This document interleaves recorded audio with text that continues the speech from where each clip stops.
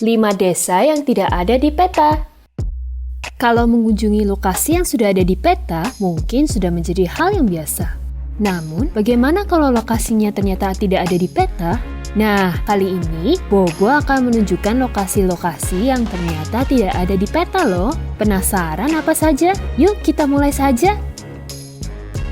Sebelum kita lanjut videonya, jangan lupa klik tombol subscribe dan nyalakan loncengnya ya. Huacachina, Peru. Oasis adalah sebuah tempat yang subur dengan sumber air di padang gurun. Di gurun Peru ini, terdapat sebuah oasis yang indah bernama Huacachina, satu-satunya yang ada di Amerika Selatan. Letaknya ada di hamparan gurun pasir kering Peru dan dikelilingi oleh pepohonan palem yang hijau dan rimbun yang tumbuh subur. Di sekitar tempat ini juga ada puncak padang gurun yang tinggi. Nah, tempat ini menjadi salah satu lokasi yang disukai pengunjung untuk melihat keindahan Huacachina dari atas dan juga keindahan matahari terbenam yang membuat warna gurun pasir menjadi keemasan. Selain melihat keindahan padang gurun dari atas, pengunjung juga bisa mencoba bermain sandboard atau buggy, kendaraan khusus yang digunakan di gurun pasir. Pada awalnya, lokasi ini hanya bisa dikunjungi secara terbatas untuk mandi di Laguna Huacachina. Banyak yang datang berkunjung menganggap kalau air dari oasis ini bisa untuk menyembuhkan berbagai penyakit. Menurut legenda yang beredar di daerah tersebut, pada zaman dahulu ada seorang putri yang meninggalkan sedikit air dan sebuah jubah yang membentuk gurun pasir di sekitar sisa air dari putri tersebut dan menjadi besar seperti sekarang. Penduduk yang tinggal di daerah ini ada 96 orang. Teman-teman, apa kamu berminat untuk datang berkunjung atau menjadi salah satu penduduknya? Coober Pedy, Australia. Mungkin untuk teman-teman yang tidak tahu tentang lokasi ini akan berpikir kalau ini hanya rangkaian bukit-bukit biasa. Namun, kota ini cukup terkenal karena berada di bawah tanah. Sejarah kota ini dimulai sejak tahun 1915 saat seorang anak tidak sengaja menemukan batu berharga yaitu opal di daerah tersebut. Karena penemuan inilah mulai dilakukan penambangan di daerah tersebut. Karena lokasinya yang cukup panas, maka di bawah tanah dibangun lokasi beristirahat. Karena lokasinya yang sering dilakukan penambangan, membuat lokasi ini ada beberapa yang membentuk sebuah ruang yang akhirnya digunakan untuk membangun lokasi-lokasi wisata. Jadi, untuk yang ingin datang berkunjung, selain melihat bagaimana tambang opal yang ada, pengunjung juga bisa melihat kuburan dan gereja bawah tanah. Selain itu, untuk pengunjung yang ingin datang juga bisa menginap di lokasi tersebut karena ada penginapan yang ada di bawah tanah. Menurut sensus yang ada di tahun 2011, populasi penduduk kota ini ada sekitar 1.695 orang dengan 953 laki-laki dan 742 perempuan. Bagaimana? Tertarik untuk datang berkunjung, untuk merasakan tinggal di bawah tanah, atau berminat untuk tinggal di lokasi ini? Aogashima, Laut Filipina. Teman-teman mungkin harus berhati-hati dan menyiapkan banyak hal. Karena lokasi ketiga ini cukup ekstrim loh. Lokasi ini sebenarnya ada di wilayah yang cukup terkenal di Jepang. Walaupun ada di daerah yang cukup terkenal dan populer, namun lokasi ini ternyata tidak ada jaringan internet.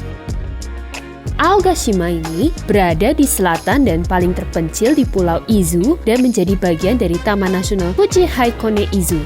Pulau ini adalah pulau yang dikelilingi oleh gunung-gunung berapi, bahkan masih ada gunung yang masih aktif dan masuk dalam golongan gunung berapi golongan C.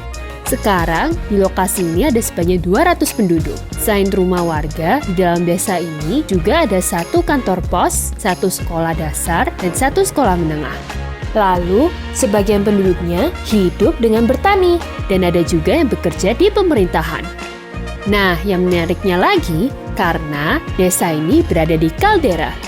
Kaldera adalah cekungan atau kawah vulkanik yang terbentuk karena letusan gunung berapi seperti wajan dan juga dikelilingi oleh tebing yang tinggi. Jadi, kalau dilihat dari atas, seperti ada di dalam wajan.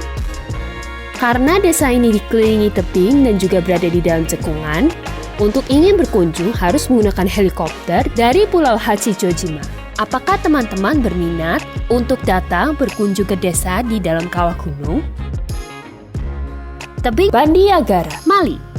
Berbeda dengan desa-desa sebelumnya, desa ini terbuat dari tanah liat dan menjadi salah satu desa yang paling mengesankan di Afrika Barat. Bangunan di desa ini dibuat dari tanah liat. Diperkirakan sejak abad ke-15, penduduk dari desa ini adalah orang-orang dari etnis Dogon yang sebelumnya berasal dari sekitar Burkina Faso dan Ghana yang pindah ke lokasi ini. Pada saat suku etnis Dogon datang, sebelumnya warga di desa Bandiagara sudah dihuni oleh suku Telem yang kini sudah menghilang. Dan ada beberapa informasi yang beredar kalau suku Telem sudah membaur bersama dengan suku Dogon atau berpindah lokasi. Keberadaan suku ini baru diketahui oleh banyak orang setelah tahun 1930-an ada seorang peneliti muda dari Prancis yaitu Marcel Griaule yang meneliti seluruh Afrika selama 15 tahun. Hingga akhirnya diakui oleh UNESCO sebagai warisan dunia. Untuk teman-teman yang ingin datang berkunjung, lokasi desa ini berjarak 90 km dari kota Mopti. Bangunan dari tanah liat ini terdiri dari rumah, lumbang, altar, tempat suci, dan tempat pertemuan. Apakah berminat tinggal di dalam cekungan gunung?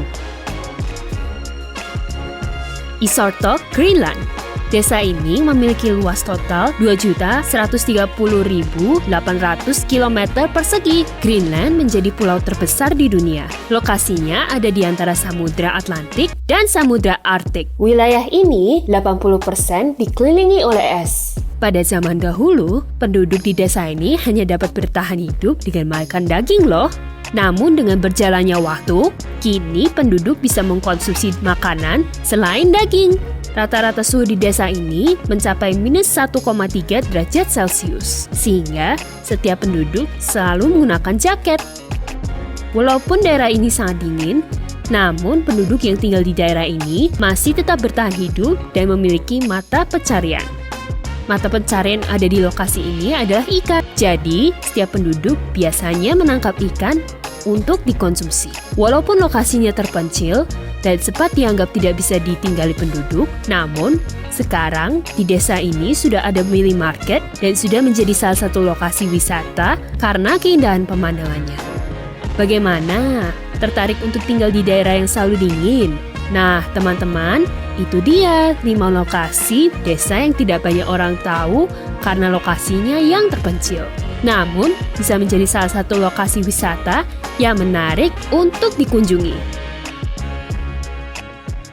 Teman-teman, jangan lupa kunjungi website untuk anak ya, bobo.id. Like, comment, share, dan subscribe juga ke channel Bobo yuk!